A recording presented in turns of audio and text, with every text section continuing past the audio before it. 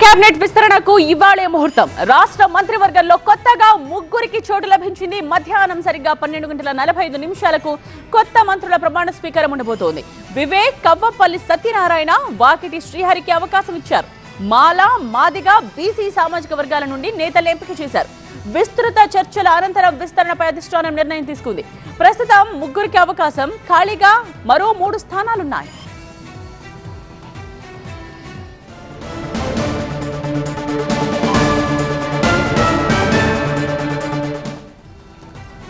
Suspense కు తెరపడింది. వాయిదాల మీద వాయిదాలు పడుతూ వచ్చిన మంత్రివర్గ విస్తరణకు ముహూర్తం కుదిరింది. 3 సామాజిక వర్గాలకు సమన్యాయం చేస్తూ కేబినెట్ ఎక్స్పాన్షన్ కు సిద్ధమైంది రేవంత్ సర్కార్. మరికొన్ని గంటల్లో కొత్త మంత్రులు ప్రమాణం చేయబోతున్నారు. తెలంగాణలో మంత్రివర్గ విస్తరణపై చాన్నాళ్లుగా కొనసాగుతున్న సస్పెన్స్ కు తెరపడింది. చర్చల మీద చర్చలు, వాయిదాల మీద వాయిదాల తర్వాత మంత్రివర్గ విస్తరణకు ఇవాళ ముహూర్తం ఫిక్స్ చేశారు. 3 కీలక సామాజిక వర్గాల నుంచి కేబినెట్ మంత్రులను ఎంపిక చేసింది కాంగ్రెస్ హైకమాండ్.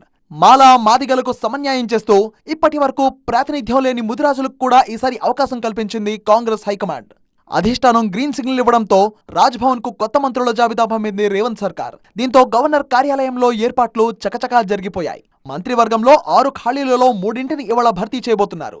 చెన్నూరు ఎమ్మెల్యే గడ్డం వివేక్, మానకొండూరు ఎమ్మెల్యే కవ్వంపల్లి సత్యనారాయణ, మక్తల్ ఎమ్మెల్యే వాకిటి శ్రీహరిని కేబినెట్ లో తీసుకుంటున్నారు. మాల సామాజిక వర్గం నుంచి వివేక్ కు, మాదిగ సామాజిక వర్గం నుంచి సత్యనారాయణకు, ముదిరాజ్ సామాజిక వర్గం నుంచి శ్రీహరికి అవకాశం కల్పించారు. మధ్యాహ్నం కొత్త మంత్రుల ప్రమాణ స్వీకారం చేస్తారు. ఏడాదిన్నరగా తెలంగాణ కేబినెట్ లో 6 బెర్తులు ఖాళీ ఉన్నాయి. మంత్రివర్గ విస్తరణను చాలా నెలలుగా ఇదిగో అదుగో అంటూ ఊరిస్తూ వచ్చారు. సామాజిక సమీకరణాలు, నేతల మధ్య తీవ్రమైన పోటీ దృష్టిలో ఉంచుకునే ఇన్నాళ్లు విస్తరణ ఆపింది అధిష్టానం. ప్రధానంగా రెడ్డి సామాజిక వర్గం నుంచి ఎక్కువగా పోటీ ఉండడంతో ఎస్సీ సామాజిక వర్గంలోని 2 వర్గాలు కూడా కేబినెట్ బెర్తుల కోసం తీవ్రంగా ప్రయత్నించాయి. మాలా, మాదిగలకు అవకాశం ఇవ్వాల్సిందే అని అటు హైకమాండ్ ను, ఇటు రాష్ట్ర నేతలను కలుస్తూ ఒత్తిడి తెచ్చారు.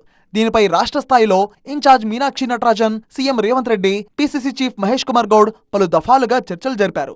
ఢిల్లీ స్థాయిలోనూ వరుస భేటీలు జరిపారు. రెడ్లకు ఇప్పటికే కేబినెట్ లో తగిన ప్రాధాన్యత ఉండడంతో అన్నింటినీ క్షుణ్ణంగా పరిశీలించి ఎవ్వరినీ నొప్పించకుండా మాలా, మాదిగ, బీసీలకు ఛాన్స్ ఇచ్చింది అధిష్టానం.